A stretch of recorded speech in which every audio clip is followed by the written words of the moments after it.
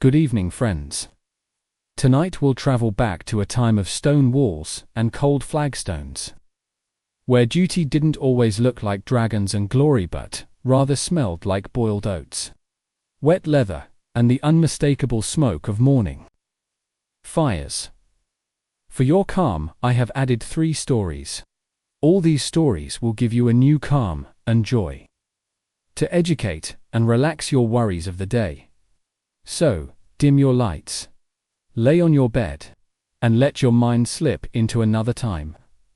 If this calm journey relaxes you, then tap like and subscribe now, close your eyes, and let's wander through the foggy mists of ancient Britain, into the forgotten routines of a night long before the battle trumpet blew. Story 1. The daily life of a knight at Camelot. It's easy to imagine that the life of a knight was all shining armor and noble quests. That at Camelot, days began with King Arthur's booming call to arms and ended with feasts of roasted boar and golden goblets overflowing with mead. But what history rarely celebrates is the stretch of time between those legends, the hours where nothing happened, the daily grind of a man sworn to service under ideals so lofty they often left his boots soaking wet and his back aching. In the early hours of the morning, before even the castle servants had stirred, a knight's chamber in Camelot was anything but regal. Picture its stone walls dripping with condensation from the night's chill, a straw-stuffed mattress that had long since flattened under a frame hardened by training, and garments that rarely saw proper washing.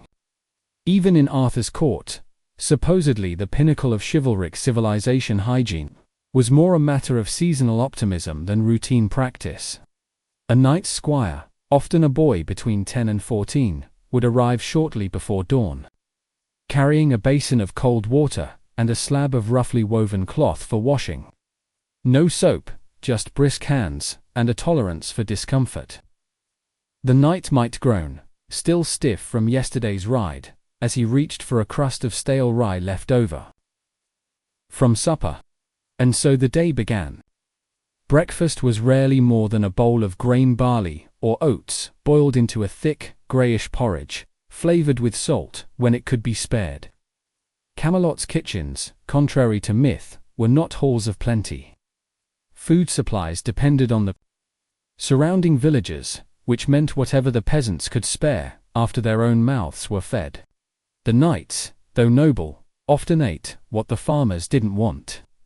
The good cuts of meat were saved for feasts and foreign guests.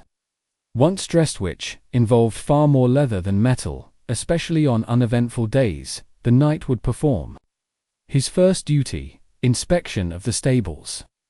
Horses were the lifeblood of knighthood, and their maintenance was a full-time concern. Each steed had to be brushed, fed, watered, and, if necessary, treated for any cuts or signs of illness. These tasks were technically the squire's responsibility.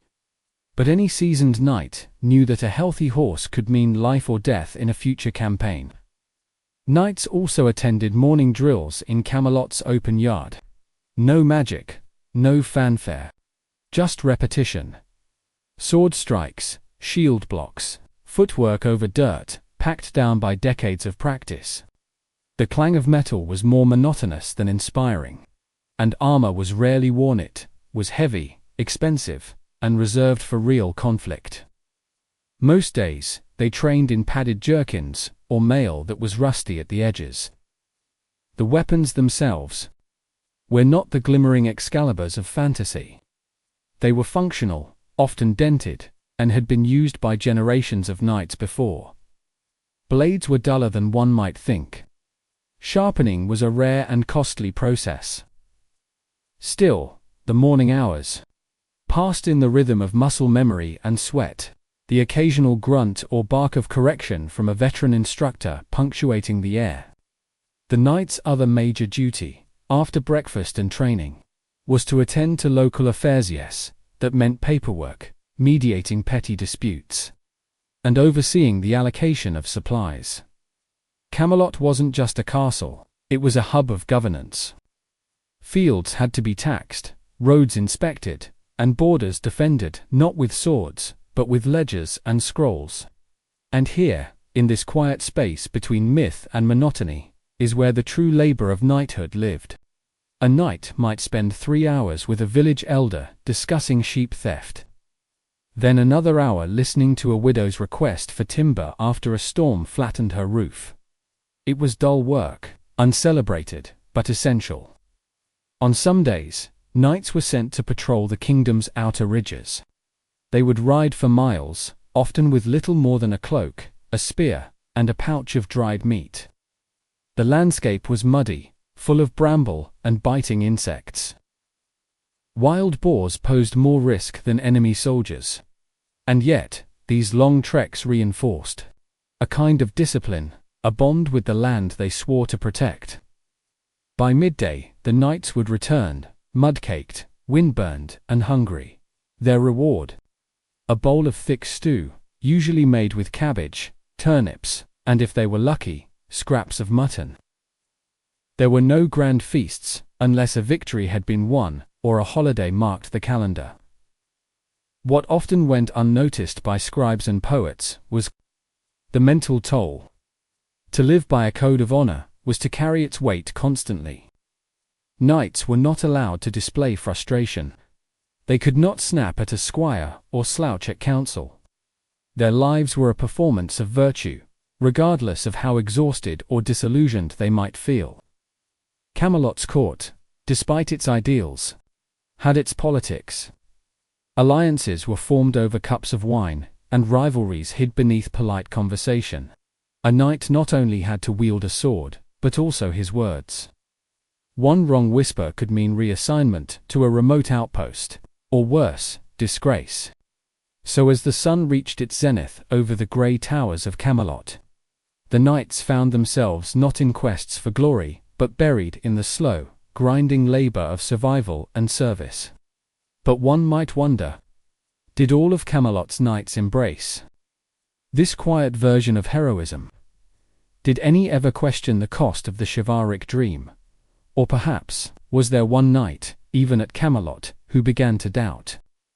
As daylight softened, and shadows stretched across Camelot's stone walls, the mood within the castle subtly shifted. The clang of practice swords dulled to silence. The field cleared. Horses were stabled. Fires in hearths began to crackle, warming damp boots and chilled hands. To the outsider, this would seem like rest and earned reprieve after a day of discipline and duty. But for the Knights of Camelot, the evening brought its own kind of burden. It was a time of reflection, of preparation, and most of all, of appearances. You might think that knights ended their days in solitude, but more often they spent their evenings among each other, yet not as comrades, but as cautious observers. There was an unspoken hierarchy, even among men who wore the same crest. Seniority mattered, so did lineage. A knight, whose father served Arthur, was granted more leniency than a knight born of distant fiefdoms. Even in the Round Table's shadow, the circle wasn't always equal.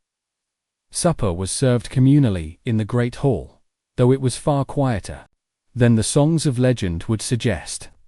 Meals were taken with ritual. Bread passed to the left. No one eating before the king or his appointed steward lifted their spoon. And while wine did pour, it was not with reckless abandon. A knight, intoxicated too early, too often, would be marked. Not by punishment, but by slow withdrawal from trust. The food was humble. Lentil pottage, thickened with barley. Salted fish from the inland rivers. Occasionally, rabbit or pigeon, caught by castle boys with slings. There was little seasoning, and often, no plates, only trenchers. Flat rounds of stale bread, that soaked up the meal, and were either eaten, or discarded. To the dogs. Knights sat, according to quiet protocol. Those closest to Arthur, or the court, sat near the central hearth. Others, less favored, occupied the outer benches, still honored, but more distant from influence. Conversations were whispered, even among friends, and always measured. After supper, most knights retired to their personal tasks. There was no room for idleness. Letters were dictated to scribes. Equipment was inspected. Squires were trained, corrected, and sometimes disciplined, though not cruelly. A knight's reputation was as much about how he treated those below him as how he handled a blade. Yet it was in these evening hours that doubt had its chance to creep in. Many knights had spent years training for a glory that never arrived. The stories of dragon slayings and bandit kings were told more often than lived. Most days, knighthood was service to bureaucracy, not heroism. For Sir Eldrick of Durnhold, a middle-ranking knight with more scars than stories, these thoughts were hardest to ignore by firelight. His chamber was modest stone walls, a wooden chest, a single candle. He often sat at the edge of his cot, wiping down his sword, not because it needed care, but because the motion was familiar. Soothing, he remembered once, years ago, when he had ridden through storm and mud to deliver a single sealed scroll to a border village. 3 days of travel, and all for a parchment declaring the village's taxes were overdue by 2 pigs and a sack of grain. That was his quest. Not rescuing maidens, not slaying beasts. Just enforcing the king's numbers. And yet, he told no one. He wore the memory like a hidden bruise. Most knights did. Their stories, the real ones, rarely left their mouths. They were trained in silence. Silence in disappointment. Silence in fatigue. Silence when the ideals they served felt unreachable. Still, the code of chivalry was more than a rulebook. It was a structure that held them together. Honor, courage, loyalty, mercy, justice. These weren't just abstract ideals, they were survival tools in a world that offered little comfort. In the evening hours, some knights volunteered for ancient practice of praying through the night in the castle chapel. It wasn't mandatory, but it was respected. The chapel was cold and dimly lit, its walls lined with the tattered banners of fallen comrades. There, a knight would kneel in silence for an hour. Sometimes longer, eyes closed. Hands folded, listening not for God's voice, but for his own. Others took solace in the armory. Checking straps, weighing spears, lifting shields to test balance. Every piece of gear had to be trusted. Camelot's battles were not constant, but they were reland when they came. Hesitation meant death. Now and then, a visiting bard would perform in the lower halls. The songs were not always about heroics. Some told of tragic loyalty. Others, of simple laborers who outlived kings. And once in a while, a tale hit too close. The room would quiet.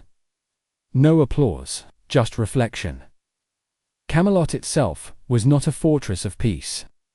Tensions with rival kingdoms brewed constantly, not all knights agreed with Arthur's diplomacy. Some longed for conquest, others for reform. But voicing such things required tact and, perhaps, a touch of recklessness. For example, Sir Celyn of Orr, a younger knight with sharp eyes and a sharper tongue, once challenged a tax collector's abuse of villagers. He didn't yell, he simply asked questions, calmly, publicly.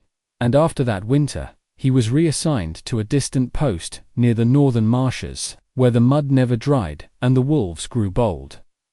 His name was not erased, but it was no longer mentioned. So knights learned discretion. They learned to speak with nods and glances, to weigh their words like gold. A wrong sentence could tarnish years of service. And yet, for all this restraint, many knights still believed. Deeply, they believed in the vision of Camelot not as a perfect place, but as a possible one. Their strength was not just in steel, but in their ability to carry the weight of uncertainty without letting it show. As the moon climbed and the halls grew quiet, knights returned to their chambers. Some whispered prayers. Others stared at ceiling beams, eyes heavy with thoughts. And in the silence of Camelot's Stoneheart, one question lingered. If a knight lives his life in quiet service, uncelebrated and unknown, does that make him any less noble than the heroes sung in legend? By dawn, Camelot was quiet again. The kitchens stirred before the halls did. Wood crackled, bread baked. Boots shuffled against stone. Another day would begin like the last. But for some nights, the next day never came. And that, too, was part of the story. Death in battle may have been a risk, but in truth, few Camelot knights met their end on bloodied fields with sword raised high, most faded, worn down by years of strain, injuries that never healed, infections from unclean wounds, or winter fevers that no amount of chainmail could guard against. And when a knight died, the ceremony was restrained. There was no roaring celebration, no dramatic procession of armor on black-draped horses. Often, the knight's body was washed quietly by his squire, his sword wrapped in cloth, his crest laid atop his chest. Sometimes, the round table convened for a moment of silence, sometimes, they did not. Camelot had many knights, and the memory of one more death could feel like a drop of water into an already full well. But within the walls of their quarters, among their squires and brothers-in-arms, a different kind of memory remained. You see, each knight left behind more than a sword. They left behind habits, teachings, and patterns, a way of walking, speaking, serving, and for those who watched them closely, especially the younger squires, these fragments added up to a living legacy. A knight's end was marked not only by his deeds, but by how he carried the code. Sir Eldric, the same middle-ranking knight who once rode 3 days with a tax notice in the rain, was not remembered for battles or ballads. He died during a particularly bitter winter, his lungs weakened by years in the saddle and wounds that had never fully closed. But the boys he trained remembered how he never raised his voice, how he stayed behind after drills to help with broken buckles, how he always finished his letters with "for duty, not for glory." That phrase passed down, quietly, unofficially. But it found its way into others' mouths when training became hard, when tempers flared, when the purpose felt thin.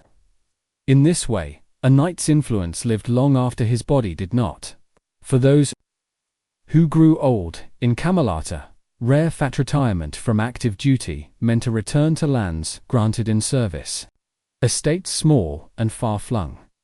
A few fields. A crumbling stone manor. There, the former knight might tend sheep or settle disputes among farmers. The sword hung above the door, not at the waist. They still carried the code, but with less ceremony and more silence. And yet, many stayed in Camelot. They became trainers, record keepers, or even silent advisors behind the scenes. Their wisdom, sharpened by years of routine, became the steady rhythm of the court itself. It's worth noting that Camelot was not a myth to the men who lived in it. It was not some shining utopia from a storybook. It was cold, and flawed, and full of politics. But it was also where ideals, however strained, were still pursued. And for all its contradictions, it was a place where men tried to live for something greater than themselves, even if they never fully understood what that something was. The younger knights came and went. Some eager, some frightened. They sharpened their swords, memorized the code, trained under older men who rarely smiled but always watched. And each time they stood at the round table, they didn't just represent themselves. They carried the weight of those who came before. That weight wasn't just armor, it was lineage, expectation, failure, and sacrifice, layered over decades. And not all bore it well. Sir Celan of Orr, once reassigned for speaking too boldly, eventually returned, older, quieter. He no longer questioned openly, but his silence had deepened, grown more thoughtful. He trained squires with precision but rarely told stories. When asked about his years in the marshlands, he simply said, "The ground teaches you how heavy your own feet are." He died in Camelot. At peace. A man who once challenged the system, and then learned to shape it in quieter ways. Sometimes, in the far back corners of the castle places, where firewood was stored, or old armor-piled scribes would find unfinished letters, dropped poems, or journal entries. Not official histories, just scraps. Lines like, "To be good is not to win but to keep trying, even when no one is watching. How many times have I held a sword and wished it were a plough? Will my name be remembered? Or just the dent in my shield?" These fragments were not preserved in great tomes, but they survived in whispers, in the memory of squires who became knights, and in the way they treated others when no one else was looking. One of the final rituals for a knight was the last vigilar quiet tradition, where a knight, sensing his days were ending, would spend one final night alone in the castle chapel. No guards, no visitors. Just him, his sword, and silence. Some prayed, some wept. Some did nothing but stare at the altar, letting memory flicker through their minds like dying candlelight. No vows were renewed. No revelations promised. Just reflection. The next morning, the knight would leave his sword on the chapel steps. It would be carried, wrapped in linen, to the armory where it would rest, waiting for the next hand, or the next war. The chapel itself would be swept, the candles replaced. The day would begin again. You might think this melancholy. But to the Knights of Camelot, this was peace. They had given their lives to an idea.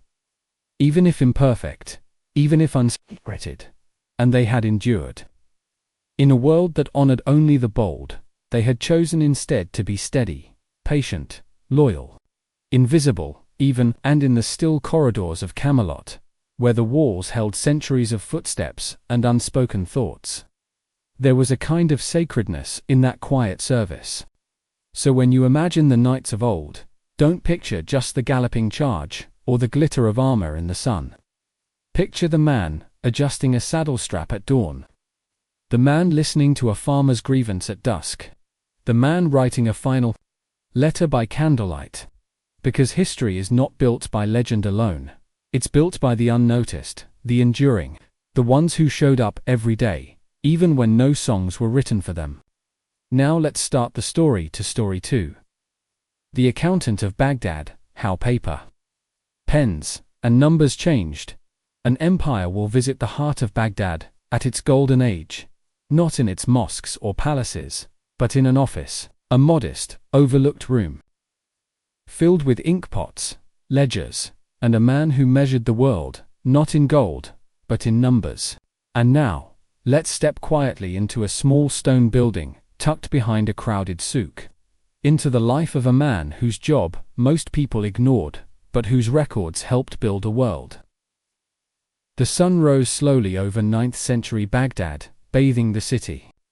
In a copper-colored glow, in the caliph's capital, morning began not with clashing swords or roaring voices, but with the sound of shutters creaking open, of clay pots being lowered into wells, of linen awnings flapping in the breeze above, rows of date stalls and scribes' shops. But just behind the main market, in a windowless stone room with low arches and cool tiled floors, a man named Abu Yusuf began his day in silence. He was not a warrior, nor a merchant. He did not speak in sermons or stir crowds. He was, quite simply, an accountant, a low-ranking official in the Beit al-Mdl, the House of Wealth. His office managed coin flow, tax rolls, and debt records for a sprawling city-state that stretched from Egypt to the Persian frontier. His tools were humble, a reed pen, sharpened each morning on a pumice stone, a square of cloth to blot mistakes, ink made from soot and gum, and stacks of thin crinkling paper imported from Samarkand, and still rare enough to be locked in a chest each night. His desk was a low wooden slab, scratched and stained. His seat, a cushion wrapped in faded green wool. No windows, just a small oil lamp hanging from the arch, which he would light even during the day for added clarity. Before anything else, Abu Yusuf would perform Wajr ritual washing, not just out of faith, but because his ink-stained hands would soon touch public records. Then, he'd sit, unwrap the scrolls from the night before, and begin to write. But he didn't write poetry or law, he wrote numbers. Rows upon rows of them. Tallies of wheat. Amounts owed by provinces. Shipments of cloth, taxed at port. Birth records, in the Jewish quarter. Death notices from the plague station by the riverbank. Each number, to him, was not just a digit but a life, a transaction. A record that proved someone had eaten, traded, prayed, or passed. Few noticed his work. His office was tucked beside the record keepers of irrigation flow and grain allotments men, who wore simple robes and rarely raised their voices. But these small rooms powered the empire. Without them, no caravan would be taxed properly. Soldiers paid. No roads repaired. And no famine prepared for. That morning, as he dipped his pen into the ink and drew the first line of the day, Abu Yusuf was reviewing a complaint from a northern village. They claimed their land tax had been counted twice, once by a traveling inspector and again by a deputy with no proper seal. The letter was written shakily, in rural dialect, with misspellings and smudges. But Abu Yusuf read every word carefully. Not because he was instructed to, but because he believed that even a farmer's grievance, poorly written and quietly sent, mattered. He cross-referenced the village's last record: 15 camels, 3 orchards, a single shared welland. The tally made sense. Something was off. The inspector had passed through in Rajob. The deputy claimed he'd arrived in Shaban, too close together, too many taxes. He drafted a note, not a reprimand, but a request for clarification. It would be sent by courier. At week's end, most likely, the villagers would wait another month before hearing back. But they would hear back. That was the difference. Behind him, in the next room, 2 junior accountants were quietly arguing over silver weights from a caravan manifest. The tension was typical. Much of their work involved reconciling values between coin types, dirhams, dinars, and regional currencies that changed value from city to city. Abu Yusuf didn't interrupt. He preferred to let them resolve it. The older ones always learned to measure twice, ink once. By midday, the air in the office grew warm. A breeze filtered through the stone corridors, carrying smells from the market grilled fish, cardamom, the acrid note of tanned leather. Lunch was eaten in silence. A bit of flatbread with lentils, wrapped in cloth from home. Sometimes a piece of fig. Rarely meat except on feast days, when even the accountants received a cut of lamb from the palace kitchens. Afterward, Abu Yusuf returned to the ledgers. The Caliph's envoy had requested a report on annual sugar imports. Unusual request. Sugar was a luxury, not essential like grain or salt. But Baghdad's elite had developed a taste for candied fruit, and the palace kitchens ordered more each year. So Abu Yusuf combed the last 5 years of port records. He noticed something odd. A sudden spike in sugar weights, the previous spring, yet no matching spike in merchant taxes. That meant one of 2 things. Either the imports had been underreported, or someone at the port was skimming off the top. He wrote a note, then rewrote it. Carefully, not accusatory, just numbers. Facts, a trend to be examined. That was the way. Never name names. Just point to the ledger. Let others decide what it meant. Before sunset, Abu Yusuf stood and stretched. His back ached. His fingers stained black. The inkpot was nearly dry. He locked the day's papers in a lacquered chest imported from the East and passed down by his predecessor. The key, small and brass, hung around his neck. Not out of pride, out of protection. Outside, the market was closing. Lanterns lit. Children chased chickens across alleys. Calls to prayer echoed like soft thunder from the minarets. No one looked twice at the man in the simple brown robe, walking home with ink-stained hands. No one thanked him, but in quiet ways. The empire rested on his shoulders, and as he walked past the scroll shops and lantern vendors, he wondered quietly to himself. Would anyone remember the men who recorded the taxes, who copied the ledgers, who noticed the numbers that didn't quite add up? Would their names fade faster than the ink they left behind? As the city of Baghdad settled into the deep hum of twilight, and lanterns cast soft halos on clay walls and narrow alleys, the House of Wealth remained quiet, but not still. In the northern wing of the complex, tucked beneath a domed ceiling of faded blue tiles, sat a modest archive that few in the city even knew existed. It was a room with no soldiers, no scholars, no poets, just parchment, and the steady, patient labor of the men who tended it. Abu Yusuf arrived here every third evening. Not by mandate, but by routine. The archive was not part of his formal duties as an accountant, but it was part of his discipline. He moved past the shelves slowly, his fingers trailing along the edges of scrolls and bound ledgers, many of which were years, sometimes decades old. Some were census rolls. Others were market price logs, merchant disputes, dock inspection notes, rainfall counts, even livestock birth records. Few ever read them again. But to Abu Yusuf, these were the true history books. Not of battles, but of bread. Of what ordinary people grew, sold, paid, and needed. It may sound dull, even to you now papers, listing the number of goats in Al, or how much salt arrived by barge from Basra. But to the accountants of Baghdad, these numbers were patterns. They revealed the rise and fall of trade, the shifting winds of demand, the health of the empire itself.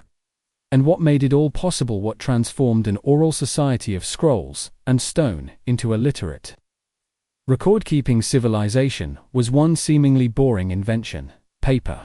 Paper didn't arrive in Baghdad until the mid-8th century. Before that, most writing was done on parchment, animal skins, or papyrus, which was fragile and difficult to store. Both were expensive, laborious, and limited.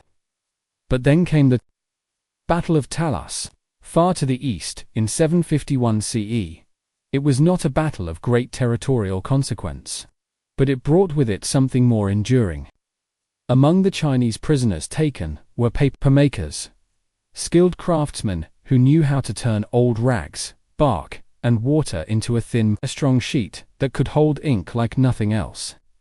The Abbasid Caliphate, always alert to useful knowledge, recognized the value instantly. Within decades, the first paper mill in the Islamic world was built in Baghdad. This changed everything. Suddenly, the scribes and accountants were no longer constrained by scarcity. Records could be duplicated, stored, reviewed. Knowledge no longer disappeared when its bearer died, it could be shelved. And so, the bureaucracy bloomed. It wasn't glamorous. Most of the city's elite still preferred poetry and debate. But beneath the surface, the quiet scribes were building something far more enduring than rhetoric. They were building structure. Structure meant Baghdad could coordinate trade across thousands of miles. It meant taxes could be fairly or unfairly collected. It meant laws could be cited, contracts honored. Wheat moved to where famine loomed, gold tracked. Land disputes arbitrated with ink instead of blood. Abu Yusuf often paused at a particular scroll in the archive, an old register from his father's time, written before paper was widely used. It was on stretched sheep's parchment, thick and uneven. The handwriting was beautiful, but there was only room for a few dozen entries. He once measured it, 1 square foot of goatskin for every 10 lines. Now, a single roll of paper could hold hundreds, and could be duplicated. This, he realized, was power. Not the sword, not the crown, but the ability to remember, accurately, quietly. But the rise of paper also brought new challenges. Forgery became possible. So did corruption. A clever man could alter a number with a flick of the reed pen. An extra zero, a changed name, whole fortunes could shift. And so, the accountants developed countermeasures. Secret sigils in the margins. Codes known only to their peers. Ink recipes that reacted to water in specific ways. Red sand sprinkled in seals that would smear if tampered with. They were not warriors, but they had their own form of defense. Abu Yusuf had once caught such a forgery. A grain count from Mosul that reported 400 sacks instead of 140. The error was hidden well-blended ink. Smooth script, but the rhythm of the numbers was off. Too symmetrical. He double-checked, then verified with the doc records. He said, "Nothing, just recorded it," flagged the entry, and sent it up the chain. Weeks later, he heard that a tax official had been quietly replaced. Nothing public, no scandal, but the records were corrected. This too was the accountant's way. Quiet. Correction, no glory. Outside the archive, the city continued. In the souks, buyers haggled over rosewater and indigo. In the hammams, men bathed beneath domed ceilings. In private homes, families gathered for tea and prayer. But back in the bureau, by lamplight, Abu Yusuf and his colleagues copied line after line, total exports, debt repayments, land boundaries. They were constructing the framework that held all the beauty and chaos of Baghdad together. You might wonder, did they ever wish for more? For fame? For the thrill of invention or command? Perhaps. But more likely, they found a different satisfaction. Kind that only comes from knowing your work matters, even if no one notices. Abu Yusuf once wrote, in the margin of a scroll knot, a part of the record. Just a note to himself. When the empire falls, the poets will write songs. But they will not know where the grain was stored, or how the bridges were funded. He did not write it with bitterness. Only with clarity. Because he knew that in the quiet rooms of accountants and scribes, behind stacks of paper and years of repetition, the survival of empires was decided. Not in the roar of war, but in the scratch of a pen. Years passed, and Baghdad changed. The air was still heavy with spice and smoke. The river still shimmered under the late afternoon sun, but the city's edges began to fray. The markets grew louder, the court more tense, the debates more political than poetic. And inside the walls of the Beit al-Mdl, Abu Yusuf found his world narrowing. He no longer reviewed port ledgers or grain manifests. His hands, once nimble and stained with ink, had grown stiff with age. His vision blurred under lamplight. The scrolls felt heavier, though they had not changed. He trained others now. Scribes, who still smelled of reed oil and fresh parchment. They asked questions he once asked himself. Why does it matter? Who will read these? What difference does a miscounted sheep or a missing copper coin make in the vast machine of empire? Abu Yusuf never answered directly. Instead, he taught them how to write the numbers so they aligned cleanly in the margin. How to leave 2 spaces before a summary line. How to test ink on scrap before starting a new entry. These seemed small, but they were not. Because these habits carried a deeper discipline. The belief that truth even in numbers was worth preserving. One of the final ledgers he ever opened was not a record of grain or taxes, but a catalogue of manuscript loans from the Beit al-Hikmoth, the House of Wisdom. The Caliph's library had begun lending copies to traveling scholars. The log recorded who took what, when, and how long they kept it. Abu Yusuf had been asked to audit it not because anything was missing, but because a pattern had been noticed. A strange one. Certain titles on astronomy, geometry, and accounting were being checked out repeatedly by the same small group of readers. Not poets, not philosophers, traders, shipwrights, builders, men who dealt in weight, water, stone, and silver. He smiled at the thought. The knowledge that had once lived in temples and courts was now traveling to docks, to farms, to workshops. The ledgers that tracked shipments were now used to predict river floods. The tables of star positions helped ships sail straighter. And the old number systems borrowed from India, expanded in Baghdad, were spreading, copied in fresh ink, one page at a time. None of this would be remembered as his doing. His name would not be engraved in stone.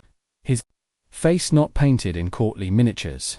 But in every careful figure, in every duplication of a receipt or record, a piece of him had traveled farther than his feet ever did. That evening, long after the sun fell and the city settled into its nightly hush, Abu Yusuf walked the archive. One last time. He moved slower now. He no longer reached for the top shelves. He paused, often.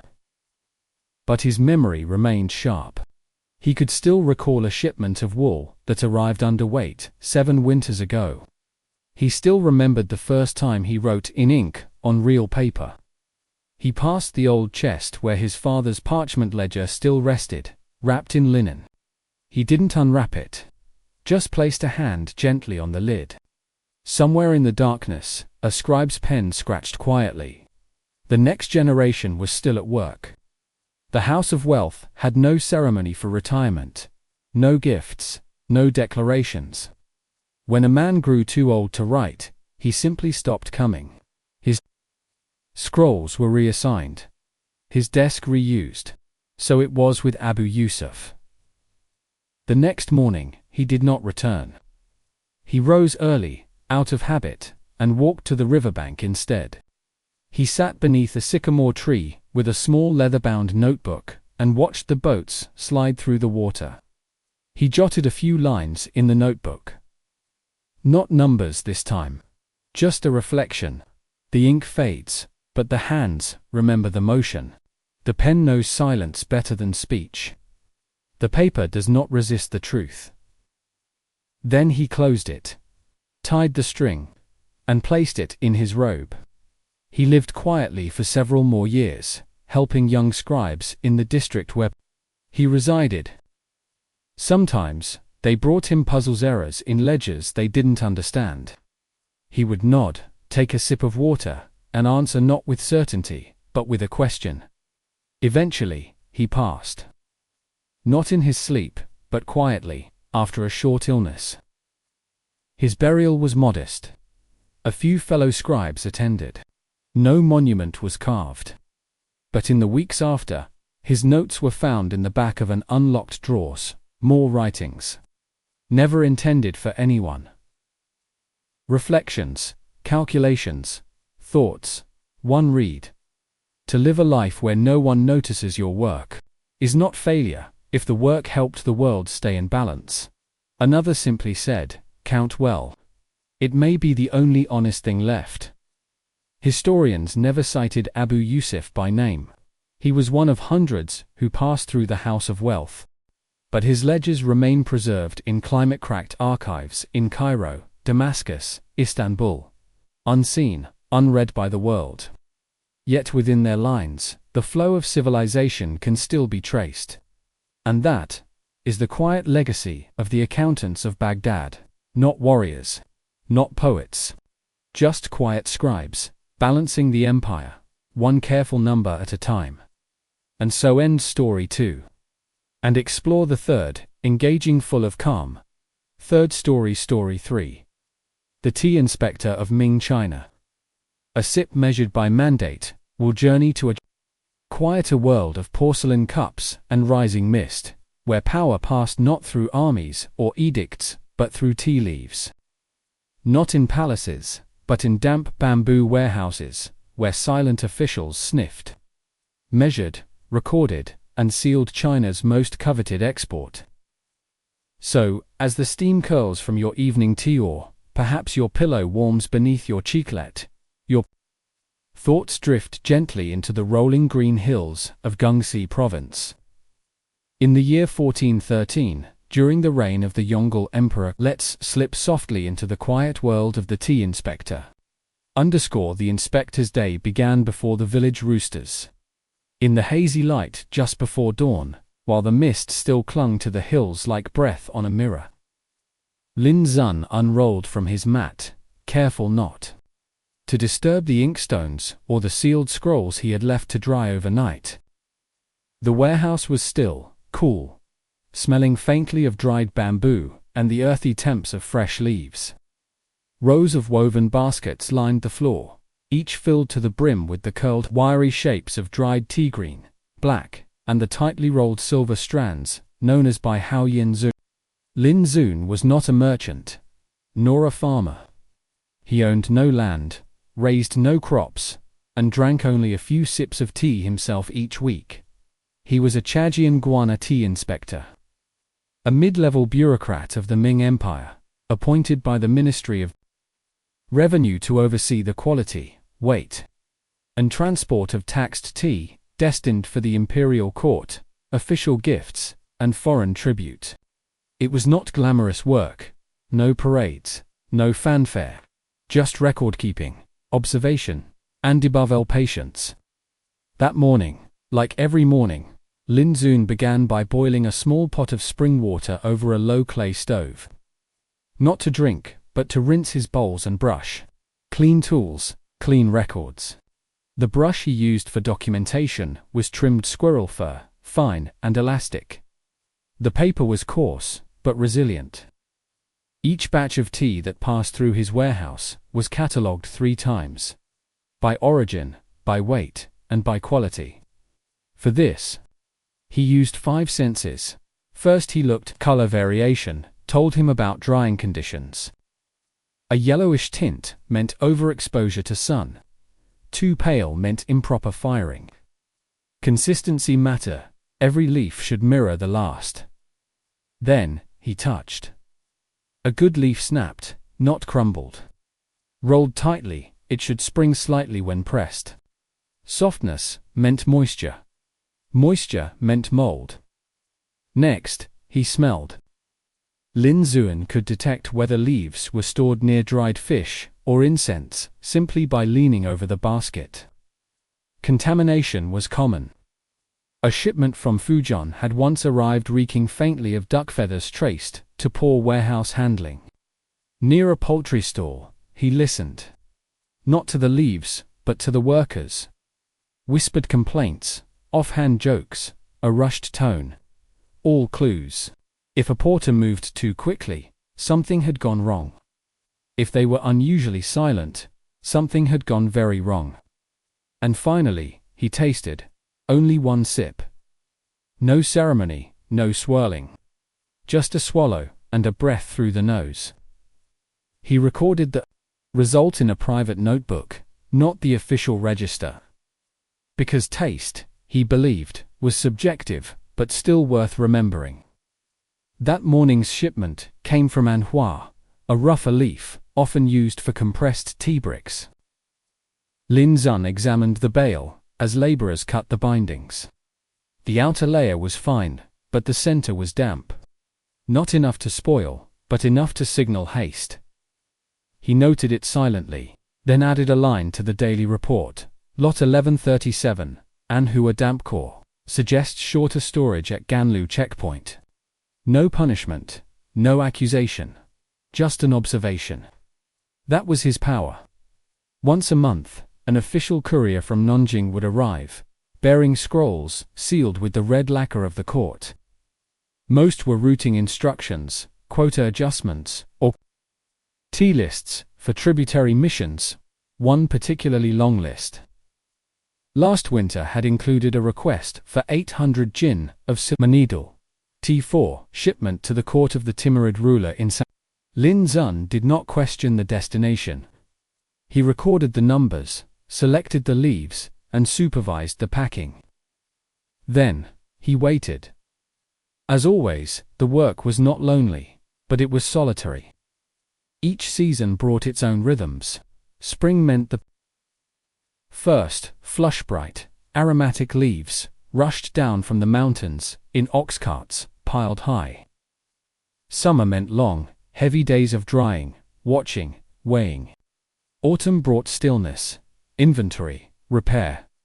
In winter, few shipments moved, but the imperial quotas still stood, and Lin Zun would spend long evenings cross-referencing ledgers with the warehouse tallystones. His scribe, a young man named Gao, was meticulous but still learning.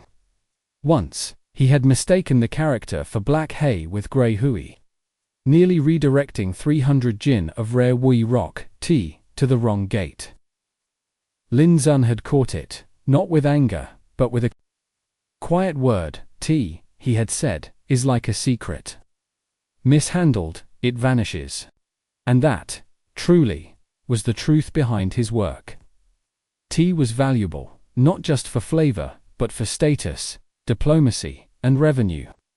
The Ming dynasty had abolished many paper taxes. Instead, farmers were expected to pay in kind, often in tea, especially in the south. That meant the empire's entire tax system rested, in part, on the dried leaves. Lin Zun now sniffed in silence. If he missed a spoiled batch, if a shipment molded in storage, if an envoy received tainted tea, it would not be his name that suffered, but it would be his failure. And so, he worked slowly, thoughtfully, without praise or audience. That evening, as the sun dipped, and the steam from the last teapot rose in the soft amber light, Lin Zun made his final rounds. He checked the moisture stones beside the baskets. He confirmed the seal wax was undisturbed. He blew out 2 of the lanterns. Then, with a short sigh, he knelt beside the ledger chest and wrote, Lot 1139, Woogie, dry, clean, aromatic, acceptable for tribute. He brushed a line under it, folded the page, closed the chest. Outside, the cicadas hummed. A dog barked somewhere near the fields. A faint gust rattled the bamboo screens. And in the stillness, Lin Zun wondered, would anyone ever remember the man who kept the empire's tea honest? The world beyond the warehouse was vast, but Lin Zun rarely saw it. He did not travel, nor did he long to. His maps were made of ledgers, his landmarks were baskets and seals. And yet, through tea, he touched empires. Every month or so, a courier from the capital would arrive, bearing orders from the Ministry of Revenue or the Board of Rights. But every season, something larger arrived, directives concerning tribute. Tea, the leaves handpicked, dried, and packed not for market, but for diplomacy. Tribute tea was different. It was not taxed, it was gifted, but with strings. These shipments were bound for foreign courts, monasteries, or regional governors.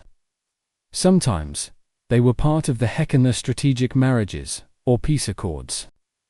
Sometimes, they were pure showmanship. Tea had become China's quietest diplomat. One spring, Lin Zun received a request unlike any before. 100 jin of Anji white tea, carefully stored and sealed in lacquer boxes, was to be sent, as part of a tribute package, to a far-off kingdom Joseon, on the Korean peninsula. The leaves were not common in Jiangxi. White tea was delicate and difficult to transport. But the wording from the ministry was clear: in purity, dignity, in lightness, wisdom. May this gift serve as harmony between neighbors. Lin Zun read it twice, and set to work. Not because he was moved by poetry, but because he understood these gifts were not just tokens, they were tools. The officials at court might smile and bow when they handed over the tea boxes. But what mattered most was that the tea arrived untarnished. If a single box bore signs of mold or excess heat, the entire gesture could sour. In diplomacy, the smallest mistake was loud. Lin Zun selected the baskets personally, He measured the moisture in each. Hand-pressed the leaves to test for brittleness. He rubbed a few between his fingers and checked for powder to much breakage. The chosen leaves were bright, slightly downy, with a faint floral scent. Promising, the packing took 3 days. Not for the volume, but for the care. Bamboo inner linings were dried with warm stones. Boxes were sealed with resin, then tested in a nearby cool shed to check whether temperature fluctuations would cause condensation. This was not part of the official process, but Lin Xun included it anyway. He also added a slip of his own making. To each box, a handwritten note, no more than a few characters, which read, "Tested for balance." Sent with silence. No one at court would notice. But he would know. The caravan left on the 5th day. Lin Xun watched the oxen roll away, their bells muffled with cloth, to prevent agitation to the leaves. As the dust settled, he returned. To the warehouse, the work resumed. Another shipment from Yunnan, more entries in the ledger. And yet, a thought lingered: how far would those leaves go? Who would drink them? Would a Korean scholar pause over a cup and taste the labor? The inspection, the stillness of a man who had never stepped beyond his province. He would never know. That was the truth of tribute. It traveled far, but it never spoke your name. Later that summer, another directive arrived. This time, a domestic request from the Bureau of Monastic Supplies. A Taoist temple in Wudangshan, sacred to the empire, needed a special shipment of tea for its upcoming rite. But this shipment had a twist. The monks required it unfinished, partially dried, not rolled. For spiritual preparation, the note said. Lin Xun had never shipped unfinished tea before. It was fragile, likely to spoil, yet he followed the instructions. He recorded a special line in his notebook: leaves soft, vulnerable to time. But sometimes things must arrive imperfect, to be completed elsewhere. In truth, tribute tea taught him more about the state than any law book. It revealed which regions were favored, which monasteries held court esteem, which neighbors were being soothed, and which punished with silence. And all of this passed through leaves. Measured by weight, reviewed by hand, approved in calmness. There were times when Lin Xun doubted the value of it all. Not because the tea was meaningless, but because the empire moved so slowly, so impersonally. He'd once filed a report, noting excessive mold in a shipment from Hunan. 2 months later, a reply came. Not a correction, just an acknowledgement. No instructions, no reprimand, just your observation is received. Continue, according to policy. He folded the reply into a drawer and kept working. But the older he grew, the more he saw the quiet shape of the system, how small work, done well and often, formed a rhythm that even emperors relied on. The court rarely noticed the inspectors. But when a gift arrived in good condition, when a tea ceremony concluded without embarrassment, when a foreign official smiled politely over a warm cup somewhere, Lin Zhen's work had mattered. In the quiet corners of the warehouse, he began recording more than weights. He started compiling odd notes, weather patterns during certain drying weeks, common mistakes by region. Even the behavior of rats useful, since their presence meant humidity, and humidity meant danger. He never labeled this collection, but it grew. Slowly, scroll by scroll. Once, a junior official visiting from Honzhou stumbled upon it. He leafed through a few pages, smiled, and asked, "Is this a manual?" Lin Xun shrugged. "It's just memory." The official nodded, returned it to the shelf, and left. Lin Xun never asked what he thought of it. He didn't need to, because by then, he had realized, legacy in his profession wasn't fame or record, it was function. If another inspector used a note to prevent a shipment from spoiling, if a tribute reached its destination in better condition, that was enough. Not all impact must be seen. So when the next courier arrived, bearing a new list 40 jin for a Vietnamese envoy, 64 a governor's wedding gift, 15 for a ritual offering, Lin Xun simply bowed, unrolled a fresh sheet, and dipped his brush. And somewhere, quietly, behind the empire's walls and words, his notes kept shaping gestures of peace. The hills outside Lin Zhen's village turned a brighter gold that autumn. Not the gold of imperial seals or official lacquer, but the soft yellow that passed through the trees and settled over the roofs in the early evening light. The season was changing, and so was the inspector. Lin Zhen's movements had grown slower. His knees cracked when he knelt to examine the lowest baskets. His fingers, once precise enough to feel the texture of improperly withered leaves, now trembled slightly when holding the brush.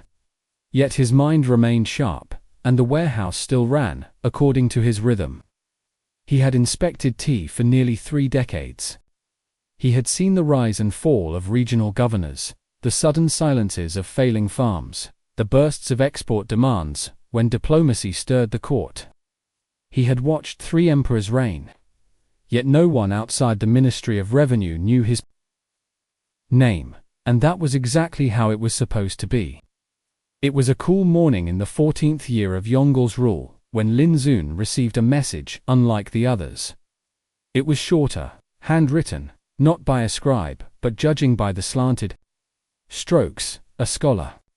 The ministry requests your compiled observations, your informal notes.